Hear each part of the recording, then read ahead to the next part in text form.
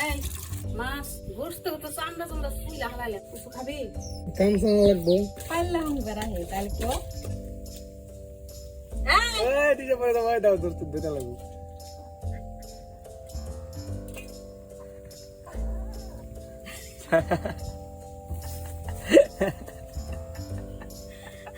কিসে বনা রে এই যে আবার দিব আবার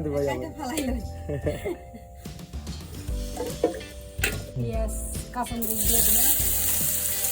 এই যে পেঁয়াজ লাল লাল করে ভাইজে নিচ্ছি এখন পানি দিয়ে দিলাম মরিচ জিরা দিয়ে দিলাম হলুদের জিরা দিয়ে দিলাম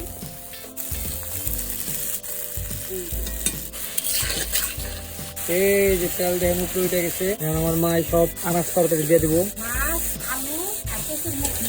দিয়ে দিলাম আবার একটু কষাই নেবেন তাইকা দিলাম প্রিয় বন্ধুরা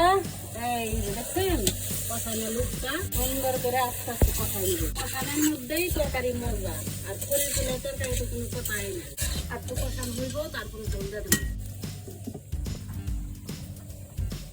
এই যে কষাইয়া একদম ভাজা ভাজা করে বনাই দিচ্ছি এই জল দিয়ে দিলাম তরকারিটা এমন ভাবে জাল হইব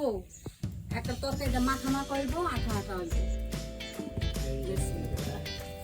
এখন জাল হইব আস্তে আস্তে আমি কাম গুলা সেরে নিই তরকারি খালি কি দেখেন আমরা দুইজন খাবো তো ওই জন্য অল্প করে রান্ধি বুঝছেন এই হলো সমস্যা এই রে এর জন্য এখন দম কাম লাগে আমার আর মুখ দিবার দাও মুখ দিলে মুখ করবো ভালো লাগবে